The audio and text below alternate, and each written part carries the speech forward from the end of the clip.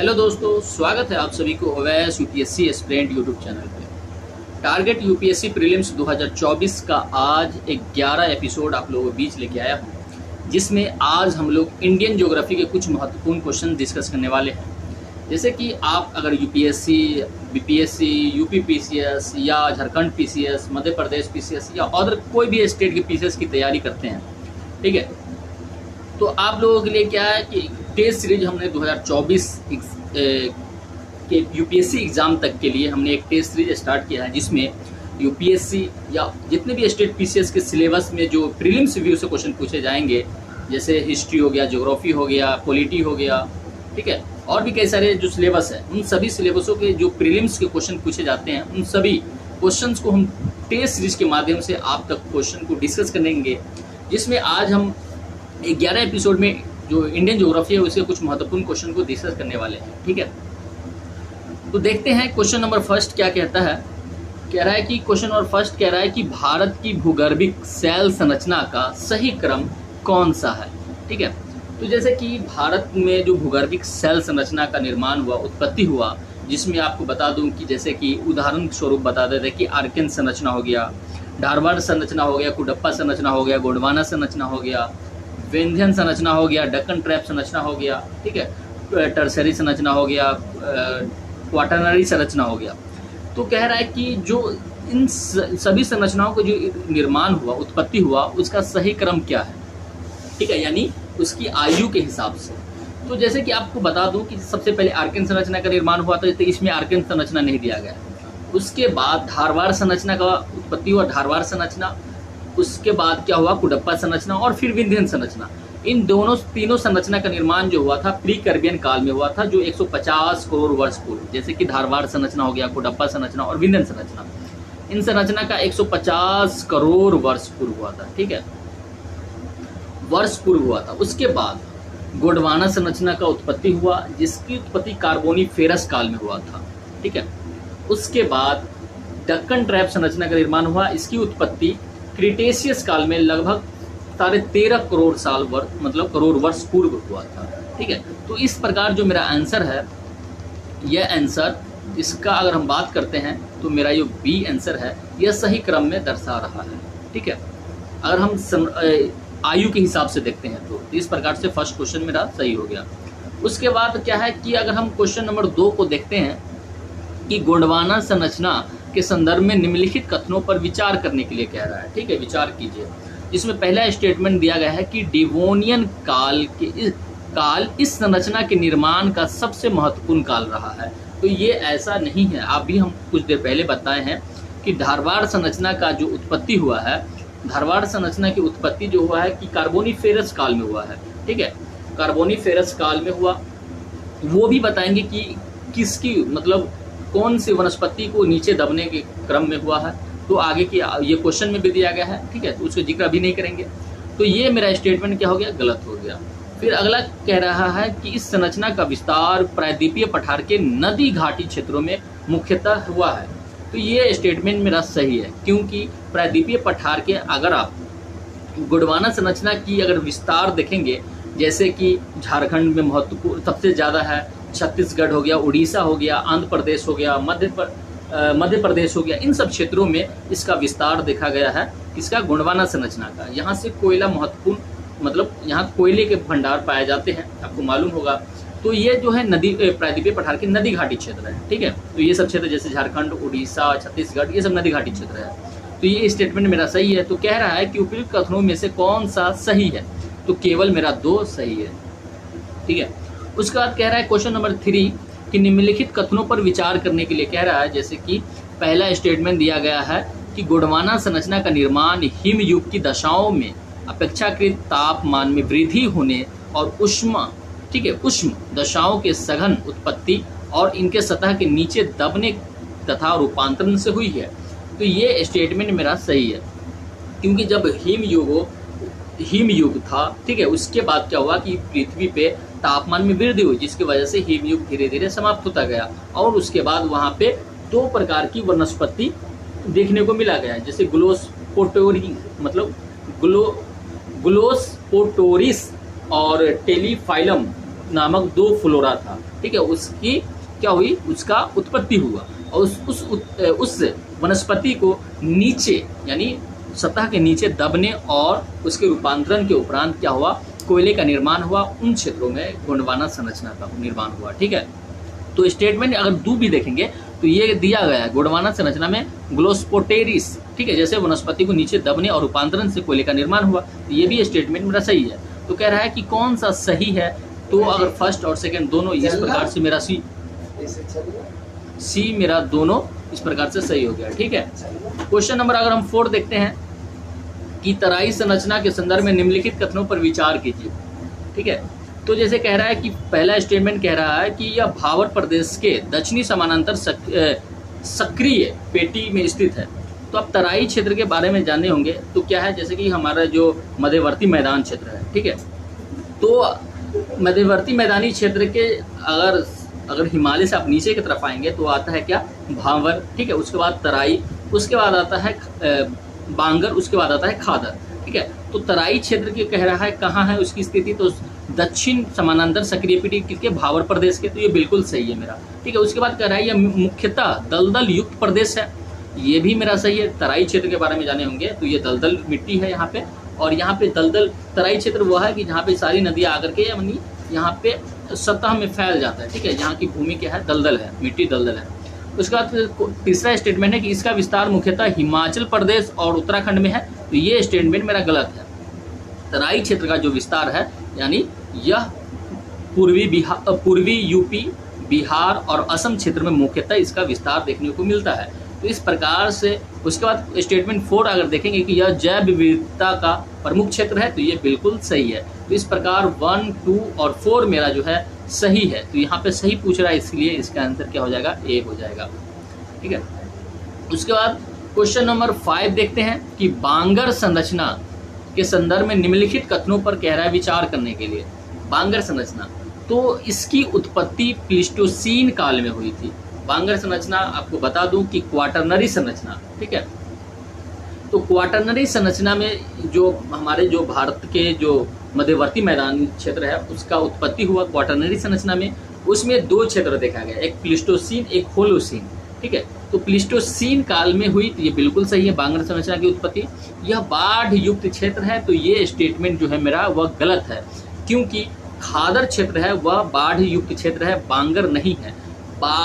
ये जो बांगर है वह प्राचीन बाढ़ युक्त क्षेत्र था, अभी बाढ़ मुक्त क्षेत्र है। ठीक है, बांगर के बारे में अगर जानते हो। इसका विस्तार के बारे में अगर हम बता दें तो यहाँ पे स्टेटमेंट 3 भी दिया गया है कि यह सिंधु का मैदान, तो बिल्कुल सही है, सिंधु के मैदान में तो है, लेकिन निचले गंगा के मैदान में नहीं है, निचले गंगा के मैदान में नहीं है, या ऊपरी गंगा के मैदान में है। ठीक है, इस चीज को आपको ध्यान रखना है। ठीक है, तो इसके वजह से ये स्टेटमेंट मेरा गलत हो गया। तो इसमें कह रहा है कि सही नहीं है, तो सही नहीं है कौन है, 2 और 3 मेरा सही नहीं है, यानी इस तरह से सी आंसर मेरा हो गया। ठीक है, बता दें कि जैसे कि आप बांगर संरचना के बांगर मिट्टी के अगर विस्तार देखेंगे तो सिंधु का मैदान जैसे पंजाब हो गया, हरियाणा हो गया, दिल्ली के तरह हो गया और पश्चिमी यूपी है, इन सब क्षेत्रों में आपको बांगर मिट्टी को देखने को मिलेगा।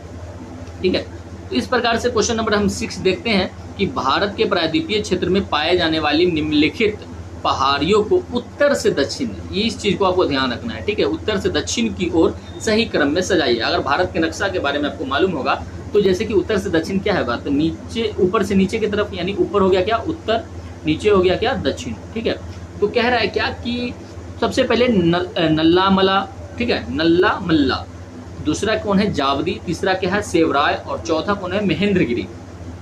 तो इन सभी पहाड़ी का जो स्थिति है किस किस राज्य में है, अगर ये आपको मालूम होगा तो आप आराम से इनको सही क्रम में यानी उत्तर से दक्षिण क्रम में बता सकते हैं। ठीक है, तो नल्ला मल्ला के बारे में आपको सबसे पहले बता दूं कि यह आंध्र प्रदेश में यानी एपी हम इसके सामने में लिख देते हैं। ठीक है, जावदी जो है यह तमिलनाडु में यानी टीएन लिख देते हैं। सेवराय जो है ये भी तमिलनाडु में है तो टीएन हो गया, और महेंद्रगिरी जो है यह उड़ीसा में है तो इसके लिए ओ लिख देते हैं। तो आपको बता दूं कि अगर भारत के नक्शा देखते हैं तो सबसे ऊपर अगर देखेंगे कि आंध्र प्रदेश, तमिलनाडु और उड़ीसा में सबसे ऊपर क्या आपको देखने को मिलेगा, तो उड़ीसा देखने को मिलेगा। फिर कौन देखने को मिलेगा, आंध्र प्रदेश, फिर कौन, तमिलनाडु सबसे नीचे। तो सबसे यानी तो उत्तर से दक्षिण की ओर कह रहा है बताने के लिए, तो सबसे यानी 4 जो होगा सबसे ऊपर होना चाहिए। तो सबसे ऊपर यानी उत्तर की तरफ, यानी 4 इसमें है, इसमें भी है, इसमें भी है। ये दोनों मेरा गलत हो गया, ठीक है। फिर कह रहा है क्या कि यहाँ पे देखेंगे स्टेटमेंट 2 में जावदी, जावदी कहाँ है, तमिलनाडु में है, और सेवराय कहाँ है, तमिलनाडु में है। और यहाँ पे एक है, एक कहाँ है, नल्ला मल्ला जो है या आंध्र प्रदेश में। तो अब पहले तमिलनाडु आएगा ऊपर में, या तमिलनाडु आएगा या आंध्र प्रदेश, आंध्र प्रदेश आएगा तो यानी 1 होना चाहिए। तो ये स्टेटमेंट मेरा गलत हो गया। इस प्रकार से मेरा सी आंसर हो गया 4, 1, 2, 3, ठीक है। तो इसका जो आंसर होगा सी आंसर होगा, ठीक है। क्वेश्चन नंबर अगर हम 7 देखते हैं तो कह रहा है कि निम्नलिखित कथनों पर विचार करने के लिए कह रहा है, जिसमें पहला स्टेटमेंट है कि नागा पहाड़ी की सर्वोच्च चोटी ब्लू माउंटेन है। तो ये गलत है। नागा पहाड़ी के बारे में अगर देखेंगे कि यह पूर्वोत्तर राज्य का है, ठीक है। तो नागा पहाड़ी की सर्वोच्च चोटी जो है सारामती है, जो यहाँ पे दिया गया है, ठीक है, सारामती। तो ये स्टेटमेंट इस हिसाब से आप ब्लू माउंटेन को क्या है कि फावगईपुई एक नाम है जो मिजो, ठीक है, मिजोरम में पाया जाता है माउंटेन, जो मिजो पहाड़ी की सर्वोच्च चोटी है। तो यहाँ पे ये इसका होना चाहिए था और ये इसका होना चाहिए। तो दोनों स्टेटमेंट मेरा गलत है, क्योंकि मिजो पहाड़ी की सर्वोच्च चोटी ब्लू माउंटेन के नाम से जाना जाता है, जो फावंग जो पुई है, ठीक है, फावंग पुई के नाम से जाना जाता है, जो इसकी सर्वोच्च चोटी ब्लू माउंटेन के नाम से जाना जाता है। तो दोनों स्टेटमेंट मेरा गलत है। तो कह रहा है कि सही कौन है, तो डी आंसर हो जाएगा, ना तो 1 है ना तो 2 है। उसके बाद अगर हम क्वेश्चन नंबर 8 देखते हैं, कह रहा है कि पश्चिमी घाट में स्थित प्रमुख चोटी का उत्तर से दक्षिण की ओर सही क्रम में कह रहा है दर्शाने के लिए। अभी क्या हम पता है, यानी ऊपर से नीचे की तरफ, क्योंकि भारत के नक्शा में क्या है, उत्तर ऊपर है और दक्षिण नीचे है, ठीक है। तो आपको बता दूं कि जैसे कि महाबलेश्वर के बारे में आपको मालूम होना चाहिए कि यह जो है महाराष्ट्र में तो है, लेकिन महाराष्ट्र में कालसू बाई भी है, ठीक है। तो महाराष्ट्र में यहाँ पे 2-2 देखने को मिल रहा है। उसके बाद है कि पुष्पगिरी, ठीक है, तो पुष्पगिरी कर्नाटक में है, इसको लिए हम लिख देते हैं।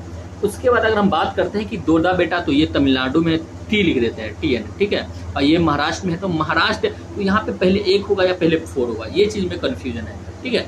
तो ये चीज़ में यहाँ पे देखें 4-1 और 4-1, ठीक है, यहाँ दोनों सही है। तो इस हिसाब से ये दोनों मेरा क्या हो गया, गलत हो गया, ठीक है। अब कह रहा है क्या कि यानी 4-1-3-2 और 4-1-2-3, तो दोनों में से कौन सही होगा। तो 4-1 तो 4-1 इसमें भी है, दोनों में। मेरा झगड़ा किस में है, डोडा बेटा में और पुष्पगिरी में, ठीक है। इस चीज़ को आपको ध्यान रखना है। 4-1 दोनों में दिया गया है, यानी इसका कलसुबाई जो है, यानी यह महाराष्ट्र के उत्तर में पड़ता है और महाबलेश्वर जो है महाराष्ट्र के दक्षिण में। इस हिसाब से 4-1 दिया गया, यानी पहले कलसुबाई आ गया, फिर जाके महाबलेश्वर आ गया, ठीक है।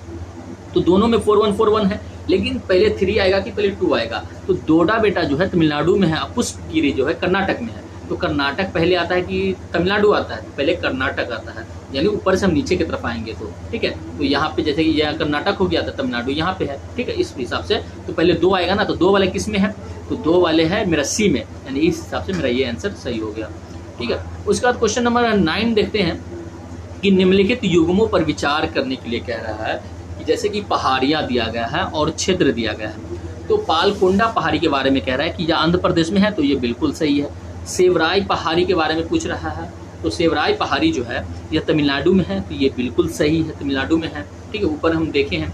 तो इसके बाद कह रहा है मिकिर पहाड़ी या पूर्वोत्तर भारत में है, ये भी सही है। मिकिर पहाड़ी के बारे में अगर जानते होंगे तो ये असम की पहाड़ी है मिकिर पहाड़ी।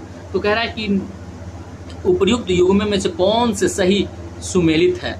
तो आपको बता दूं कि ये तीनों जो है मेरा, वह तीनों सही सुमेलित है, ठीक है। तो इस हिसाब से ये मेरा बन गया। अगर क्वेश्चन देखते हैं कि क्वेश्चन नंबर 10, ठीक है।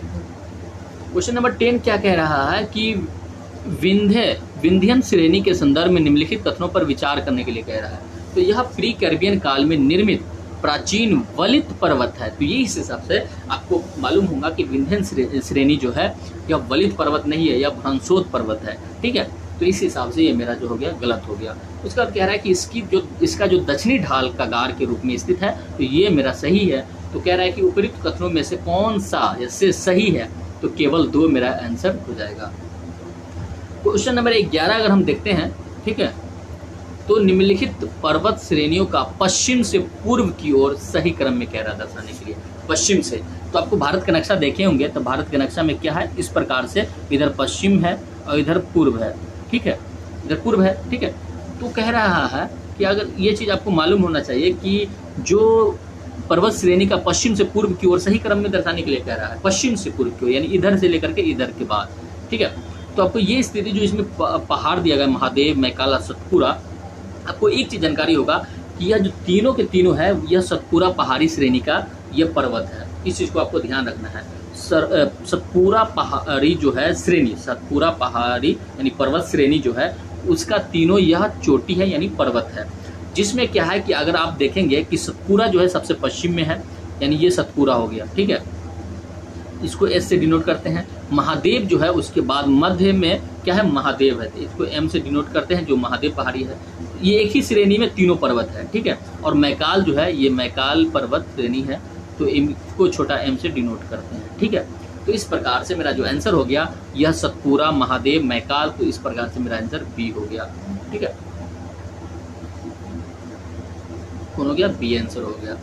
तो इन सभी को आपको जानकारी में रहना बहुत जरूरी होगा, तभी आप क्वेश्चन को सॉल्व कर पाएंगे, ठीक है। उसके बाद क्वेश्चन नंबर 12 हम देखते हैं। कह रहा है कि निम्नलिखित को उत्तर से दक्षिण की ओर सजाने के लिए कह रहा है।